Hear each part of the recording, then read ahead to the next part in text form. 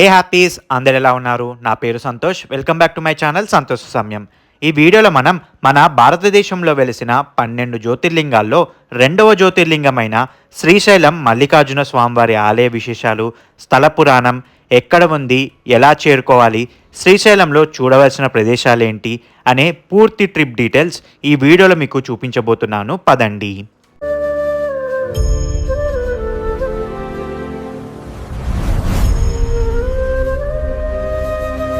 మేము హైదరాబాద్ నుండి శ్రీశైలానికి కార్లో ఎర్లీ మార్నింగ్ 6కి స్టార్ట్ అయ్యాము. హైదరాబాద్ ఔటర్ రింగ్ రోడ్ మీదుగా శ్రీశైలం వెళ్ళేవారు ORR ఎగ్జిట్ 14 దగ్గర దిగాల్సి ఉంటుంది.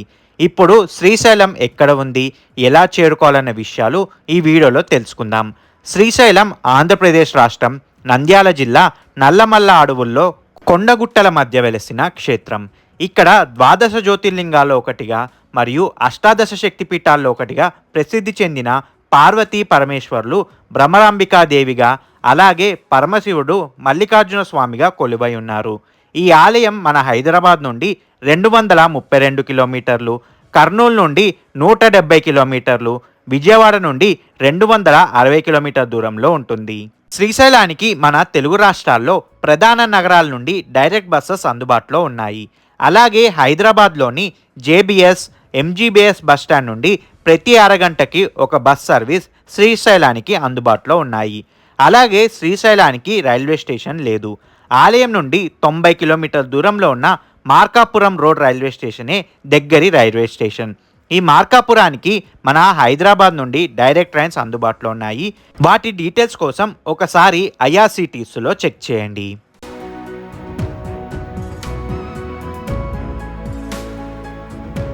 ORR ఎగ్జిట్ 14 దిగిన తర్వాత ఒక 30 కిలోమీటర్ల ముందుకు వెళ్తే మన కుడివైపుకి మైసిగండి మైసమ్మ ఆలయం కనిపిస్తుంది. హైదరాబాద్ నుండి శ్రీశైలం వెళ్లే భక్తులు చాలామంది ఈ అమ్మవారిని మొదటిగా దర్శించుకొని ఆ తర్వాత తమ శ్రీశైల ప్రయాణాన్ని మొదలు పెడతారు. ఈ ఆలయం హైదరాబాద్ నుండి 70 కిలోమీటర్ దూరంలో ఉంటుంది. ఈ ఆలయంలో అమ్మవారు మైసమ్మగా దర్శనమిస్తారు. మైసమ్మ అనేది మహాకాళీదేవి యొక్క స్థానిక అవతారంగా భక్తులు భావిస్తారు. పూర్వం స్థానిక గొర్రెల కాపరులు, బంజారాలు తమ పశువులను రక్షించుకోవడానికి ఈ ప్రాంతంలో మైసమ్మను ఆరాధించేవారట. శ్రీశైలం వైపు వెళ్లే RTC బస్సులు ఈ ఆలయం ముందు నుండి వెళ్తూ ఇక్కడ ఆగుతాయి. భక్తుల పాలిట కొంగు బంగారమై కోరిన కోరికలు తీర్చే అమ్మగా ఈమెను కొలుస్తారు. మైసమ్మను అర్చించిన వారు సుఖ సంతోషాలతో, సౌభాగ్యాలతో వర్ధిల్లుతారనే గొప్ప నమ్మకం ఈ ప్రాంత ప్రజల్లో బలంగా ఉన్నది. మైసమ్మ విగ్రహం ప్రతిష్ఠించక ముందు ఇక్కడ చిన్న శిలా విగ్రహం ఉండేది. కొంతకాలం తర్వాత ఒక భక్తుడు ఈ మైసమ్మ విగ్రహాన్ని ప్రతిష్ఠించినట్లు తెలుస్తుంది.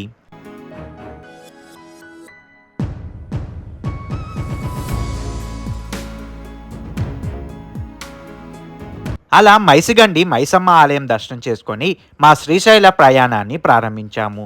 మైసమ్మ ఆలయం నుండి శ్రీశైలం ఒక 160 కిలోమీటర్ దూరంలో ఉంటుంది.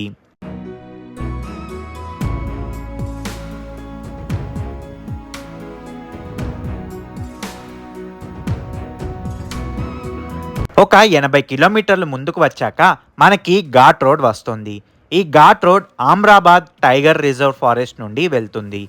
మా ప్రయాణం ముందుగా శ్రీశైలానికి చుట్టూ ఉన్న లొకేషన్స్ చూసుకొని లాస్ట్కి స్వామివారి దర్శనం చేసుకోవడం.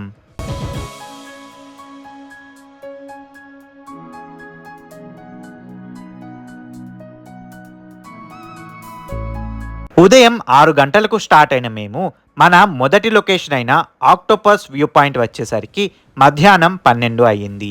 ఈ ఆక్టోపస్ వ్యూ పాయింట్ శ్రీశైలానికి ఒక 30 కిలోమీటర్ల ముందు మనకి కుడివైపున ఉంటుంది. మనకి ఇలా లొకేషన్ బోర్డు కూడా ఉంటుంది. లేదంటే గూగుల్ మ్యాప్లో ముందు ఆక్టోపస్ వ్యూ పాయింట్ సెర్చ్ చేసుకొని రండి. ఈ octopus view point main road నుండి ఒక 200 మీటర్లు లోపలికి ఉంటుంది. ఇక్కడ ఎంట్రీ ఫీజ్ ఒక్కరికి 50 రూపాయలు ఛార్జ్ చేస్తున్నారు. పార్కింగ్ ఏరియా నుండి కొంచెం ముందుకు వెళ్తే మనకి ఆక్టోపస్ వ్యూ పాయింట్ కనిపిస్తుంది.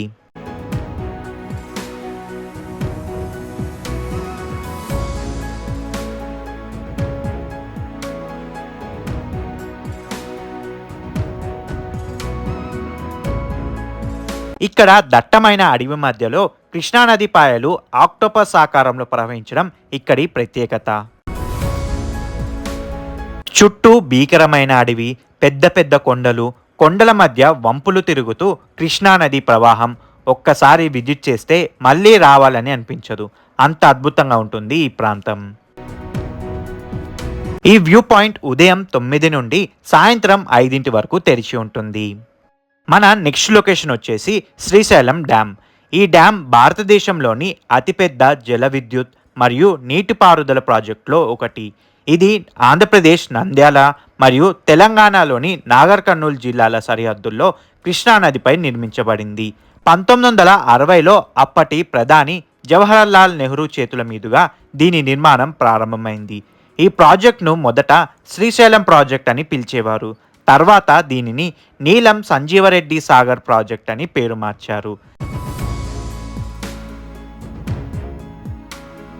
ఆ కనిపిస్తున్న శ్రీశైలం డ్యామ్ ఎదురుగా ఉన్న ఈ బ్రిడ్జ్ పై నుండి మనం ఆంధ్రప్రదేశ్లోని శ్రీశైలానికి వెళ్తున్నాము. శ్రీశైలం బ్రిడ్జ్ నుండి ఒక 12 కిలోమీటర్లు ముందుకు వెళ్తే మనకి పాలధార పంచదార అనే 3వ లొకేషన్ వస్తుంది. ఈ పాలధార పంచదార ఇరుకైన లోయలో ఉంటుంది. దీనిని చేరుకోవడానికి మనం దాదాపు 160 మెట్లు దిగాల్సి ఉంటుంది. పాలధార అనే పేరు శివుని నుదిటి నుండి ఉద్భవించే ప్రవాహాన్ని సూచిస్తుంది.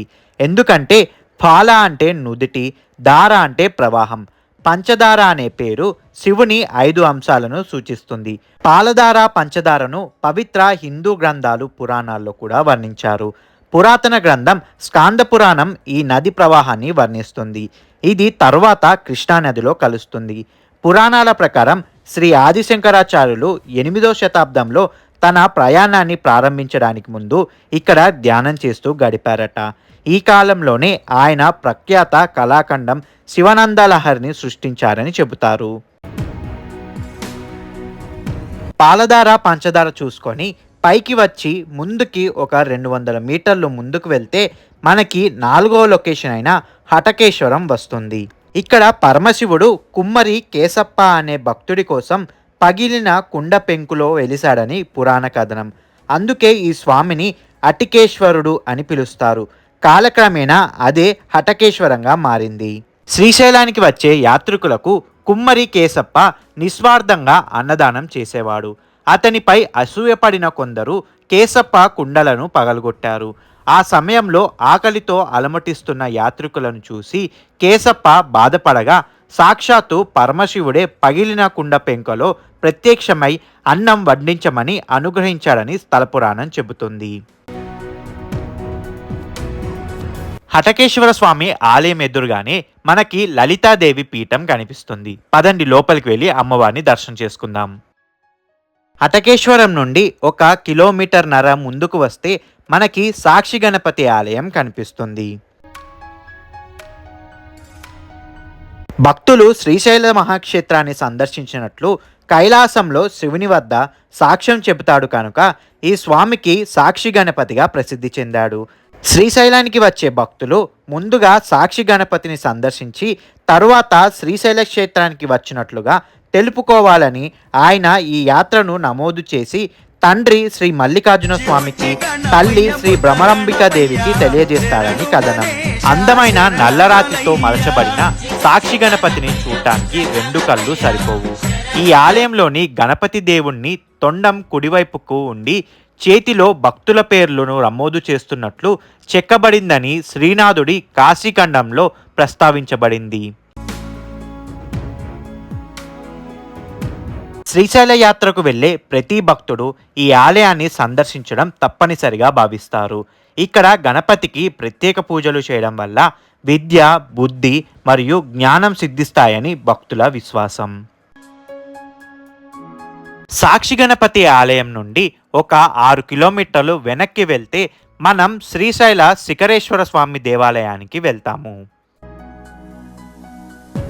ఈ ఆలయం ఒక కొండపైన ఉండడం వల్ల దాదాపు 100 మెట్లు ఎక్కాల్సి ఉంటుంది.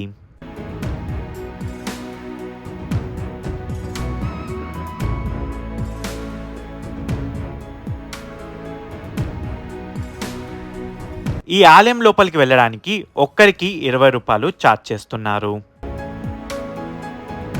ఇక్కడ కొలువై ఉన్న దేవుణ్ణి వీరశంకరుడు లేదా శిఖరేశ్వరుడు అని పిలుస్తారు.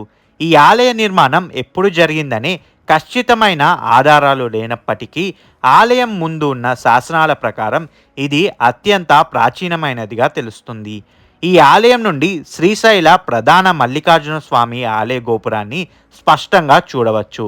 ఇక్కడి నుండి ప్రధాన ఆలయ శిఖరాన్ని దర్శించడం వల్ల మోక్షం లభిస్తుందని భక్తుల నమ్మకం.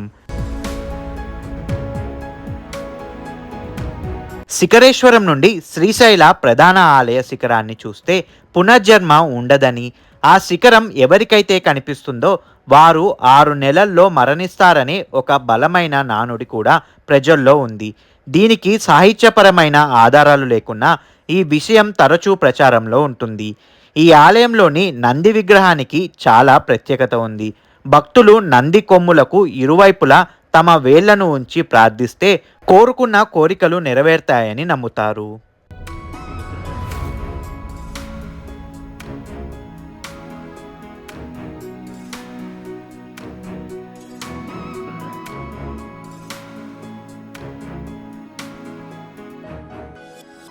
అలా శిఖరేశ్వరం చూసుకొని 10 కిలోమీటర్లు ముందుకు వస్తే శ్రీశైలానికి చేరుకుంటాము. ఇక్కడ టోల్ గేట్లో 100 రూపాయలు ఛార్జ్ చేస్తున్నారు. దర్శనానికి ముందుగా మనం పాతాళగంగలో స్నానానికి వెళ్దాము. ఇదే పాతాళగంగ రోప్వే టికెట్ కౌంటర్. మీరు గూగుల్ మ్యాప్లో పాతాళగంగ రోప్వే టికెట్ కౌంటర్ అని సెర్చ్ చేస్తే కూడా ఈ లొకేషన్ చూపిస్తుంది. ఇక్కడ రోప్వేకి ఒక్కరికి అప్ అండ్ డౌన్కి 100 రూపాయలు ఛార్జ్ చేస్తున్నారు. అలాగే కృష్ణానదిలో బోటింగ్కి కూడా ఇక్కడే టికెట్స్ ఇస్తారు. అలాగే అక్క మహాదేవి గృహలకు కూడా టికెట్స్ ఇక్కడే ఇస్తారు.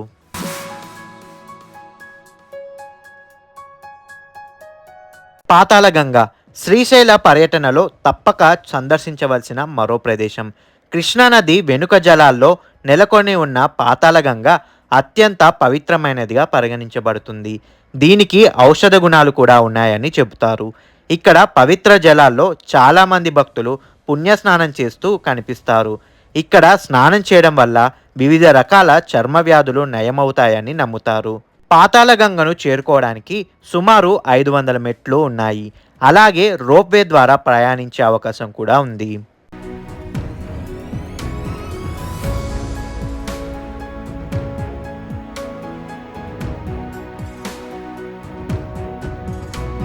రోప్వే టైమింగ్ వచ్చేసి ఉదయం 6 గంటల నుండి సాయంత్రం 5:30 గంటల వరకు ఉంటుంది. ఈ రోప్వే ప్రయాణం చుట్టుపక్కల ఉన్న కొండలు, పచ్చదనం మరియు శ్రీశైలం డ్యామ్ యొక్క ప్రశాంతమైన జలాల యొక్క సుందర దృశ్యాలను అందిస్తుంది.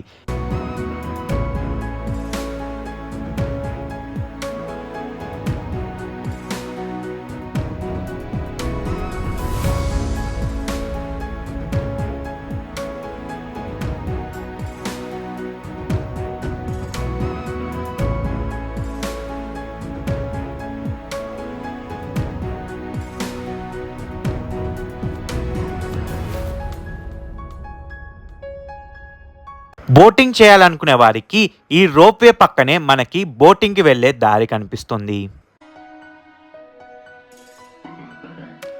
ఈ బోటింగ్ పక్క నుంచి కొంచెం ముందుకు వెళ్తే మనకి పాతాళగంగ స్నానాల ఘాట్ కనిపిస్తుంది. ఇప్పటి వరకు చూపించిన లొకేషన్స్ అన్నీ నేను చూసినట్లు మీరు ముందు అయినా చూడొచ్చు, లేదా మీరు బస్సులో శ్రీశైలానికి వస్తే మీరు బస్ దిగిన వెంటనే పాతాళగంగలో స్నానం చేసుకొని రోప్వే ద్వారా పైకి వచ్చి ఇక్కడ ఉండే లోకల్ ఆటో వారితో నేను ముందు చూపించిన లొకేషన్స్ అన్నీ తిరిగి రావచ్చు. దీనికి ఆటో వారు ఒక్కరికి 150 నుండి 200 రూపాయలు ఛార్జ్ చేస్తారు. లొకేషన్స్ అన్నీ చూసి రావడానికి దాదాపు 2 నుండి 3 గంటల సమయం పడుతుంది. ఇప్పుడు నేను శ్రీశైల మల్లికార్జున స్వామిని అలాగే భ్రమరాంబికాదేవి దర్శనానికి వెళ్తున్నాను. స్వామివారి ఆలయం చుట్టూ ఎత్తైన గోడ ఉంటుంది. ఈ ఆలయం ప్రాకారం చుట్టూ 8 దిక్కుల్లో అష్టభైరవులు ప్రతిష్ఠితులై ఉన్నారు. అలాగే దేవాలయానికి 4 వైపులా 4 గోపురాలున్నాయి. కేవలం స్మరించినంత మాత్రానే మోక్షాన్ని పొందగలిగే అద్భుత క్షేత్రం శ్రీశైలం. శ్రీశైలం క్షేత్రాన్ని ఒక్కసారి దర్శిస్తే గంగానదిలో 2000 సార్లు మునిగిన పుణ్యం, కాశీ క్షేత్రంలో లక్షలాది సంవత్సరాలు నివసిస్తే కలిగినంత పుణ్యం లభిస్తుందని శాస్త్రవచనం. ఇక్కడ స్వామివారి ఆలయం తూర్పు ముఖంగా, గర్భాలయం చిన్నగా ఉంటుంది. అందులో స్వామివారు 6 అంగుళాల ఎత్తు, 8 అంగుళాల వెడల్పుతో ఉన్న చిన్న లింగంగా దర్శనమిస్తారు.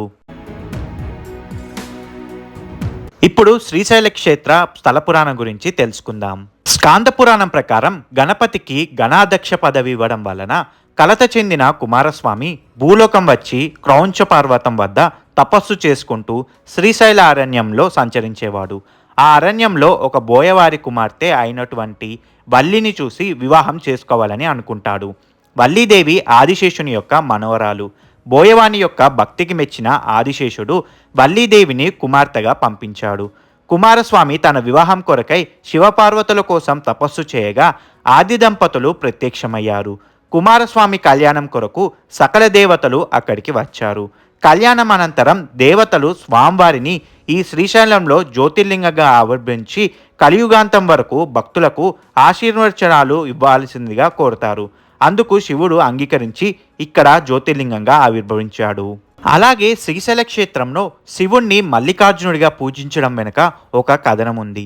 కృష్ణానది తీరంలో మల్లికాపురం మహారాజు అయిన చంద్రకేతుడు సంతానం కోసం పరితపిస్తుండగా ఆ రాజుకు లేక ఒక అమ్మాయి జన్మించింది. ఆమెకు చంద్రమతి అని నామకరణం చేశారు. ఆమె పుట్టిన తర్వాత రాజపురోహితులు చంద్రకేతుణ్ణి జైత్రయాత్ర ముహూర్తం పెట్టారు. చంద్రకేతుడు జైత్రయాత్రను మొదలుపెట్టి రాజ్య విస్తరణ కాంక్షతో కొన్నేళ్ల పాటు అలా కొనసాగిస్తూనే ఉన్నాడు. అలా కొన్నేళ్లు గడిచిన తర్వాత చంద్రకేతుడు జైత్రయాత్ర ముగించి తిరిగి మల్లికాపురానికి చేరుకున్నాడు. రాజ్యానికి తిరిగి వచ్చిన చంద్రకేతు తన అంతఃపురంలో తిరుగుతున్న అందమైన కన్యను చూసి మోహించాడు. ఆమెను ఎలాగైనా దక్కించుకోవాలని ఆమె వెంటపడ్డాడు. అది చూసిన అతని భార్య ఆమె మరెవరో కాదు మీ కూతురు చంద్రమతి అని చెప్పినా చంద్రకేతుడు పట్టించుకోలేదు. చంద్రమతి చేతులు జోడించి నేను మీ కుమార్తెను వదిలిపెట్టనని వేడుకున్న చంద్రకేతుడు కామకాంక్షతో ఆమెను లోబర్చుకోవడానికి ప్రయత్నించాడు. తండ్రి నుంచి తప్పించుకునే ప్రయత్నంలో చంద్రమతి బ్రహ్మగిరిని వదిలి కృష్ణానది దాటి కొండల్లోకి పరుగు తీసింది. అక్కడ ఒక గుహలో తలదాచుకుంది. దీంతో ఆమె కోసం చంద్రకేతుడు ఆ గుహ బయటనే మాటు వేశాడు. శివభక్తురాలైన చంద్రమతి మరో దారి లేక తండ్రి నుండి తనకు కాపాడాలని శివుణ్ణి మల్లెపూలతో పూజించింది. ఆమె మొరాలకించిన శివుడు చంద్రకేతుణ్ణి ఆకుపచ్చ శిలగా మార్చేశాడు. ఆ శిల దొర్లుకుంటూ పాతాళ గంగలో పడింది. అందువల్లే అక్కడి నీరు పచ్చగా ఉంటుందని భక్తులు నమ్ముతారు. గృహ నుండి బయటికి వచ్చిన చంద్రమతి అక్కడో అద్భుతాన్ని చూస్తుంది. ఓ గోవు పొదుగు నుంచి కారుతున్న పాలధారతో అభిషేకమవుతున్న శివలింగాన్ని చూసి ఆశ్చర్యపోతుంది. దీంతో అక్కడే ఆమె శివాలయాన్ని నిర్మించింది. స్వామివారిని నిత్యం మల్లెపూలతో అర్చించేది. ఆమె భక్తిని మెచ్చిన శివుడు చంద్రమతి సమర్పించిన మల్లెదండను తన సిగలోని నెలవంక సురగంగకు నడుమ అలంకరించుకున్నారట. అందుకే ఆ ఆలయానికి మల్లికార్జున స్వామి ఆలయంగా పేరొందిందని పూర్వీకులు చెబుతారు. ఈ ఆలయంలో పాండవులు, శ్రీరాముడు లాంటి పురాణ పురుషులు దర్శించుకొని పూజలు చేశారని చరిత్ర చెబుతుంది. శ్రీశైల దేవస్థాన్ని రక్షించడానికి కొందరు రాజులు ఆలయం చుట్టూ కోట లాంటి పటిష్ట కట్టడం నిర్మించారు. 4 వైపులా 4 పెద్ద ద్వారాలు, సుదూరానికి సైతం కానవచ్చే బ్రహ్మాండమైన 4 గోపురాలు, అత్యద్భుతమైన కట్టడాలుగా దేవాలయాలు నిర్మించారు. శ్రీశైలం 12 జ్యోతిర్లింగాల్లో 2వది, అష్టాదశ శక్తిపీఠాల్లో 6వది.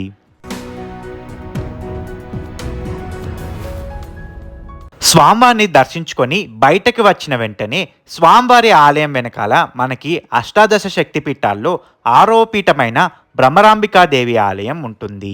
సతీదేవి ఖండితాంగాల్లో మెడభాగం ఈ శ్రీశైల క్షేత్రం నందు పడింది. అష్టాదశ శక్తిపీఠాల్లో ఒకటిగా ఈ భ్రమరాంబిక శక్తిపీఠం ఉంది. శ్రీశైలంలో భ్రమరాంబిక అవతారం గురించి ఒక పురాణ కథ ఉంది. పూర్వం అరుణాసురుడు అనే రాక్షసుడు ఉండేవాడట. అతడు తపస్సు చేసి బ్రహ్మదేవుణ్ణి ప్రసన్నం చేసుకొని ఒక వరాన్ని పొందుతాడు. ఆ వరం ఏంటంటే స్త్రీలు కానీ పురుషులు కానీ ఏ ఆయుధాలు తనను సంహరించలేకుండా ఉండడమే ఆ వరం. దానితో అరుణాసురుడు మానవులను దేవతలను బాగా హింసించాడు. అప్పుడు దేవతలంతా సమస్య పరిష్కరించడానికి బ్రహ్మ విష్ణు మహేశ్వరులను ప్రార్థిస్తారు. అంబా యజ్ఞం చేయమని వారికి త్రిమూర్తులు సూచిస్తారు. దేవతలు ఆ యజ్ఞాన్ని చేస్తూ ఉండగా కోట్లాది భ్రమరలు అంటే తూనిగలు అరుణాసురుణ్ణి కుట్టి చంపేస్తాయి. అప్పుడు దేవతలు సంతోషించి యజ్ఞంలో నుండి ఉద్భవించిన భ్రమరాంబ అమ్మవారిని ప్రజల సంరక్షణార్థం భూలోకంలోనే ఉండమని ప్రార్థిస్తే ఆమె శ్రీశైలంలో నివాసం ఏర్పరచుకుందట. గర్భగుడిలో ఉన్న భ్రమరాంబ ఉగ్రరూపిణి భయంకరంగా కనిపిస్తుంది. 8 చేతులతో ప్రతి చేతిలో ఒక ఆయుధంతో కనబడుతుంది. మహిషాసురమర్దిని రూపంలో భ్రమరాంబ దర్శనమిస్తుంది. ఉత్సవాల్లో ఊరేగించే దేవి సౌమ్య స్వరూపిణి. భక్తులకు దర్శనమిచ్చే అమ్మవారు శాంతి స్వరూపిణిగా దర్శనమిస్తారు. కానీ అసలు రూపం స్క్రీన్ పైన ఎడంవైపు ఉన్నట్లు ఉంటారు. ఇదండి ఒకే చోట జ్యోతిర్లింగం మరియు అష్టాదశ శక్తిపీఠం వెలిసిన శ్రీశైల ఆలయ విశేషాలు. మీకు గనక ఈ వీడియో నచ్చినట్లయితే please like, share and comment చేయండి. మరిన్ని వీడియోస్ కోసం ఈ ఛానల్ని సబ్స్క్రైబ్ చేయండి. తిరిగి మరో వీడియోతో మీ ముందుకు వస్తాను. అంతవరకు మీ సంతోష సమయాన్ని గడపండి.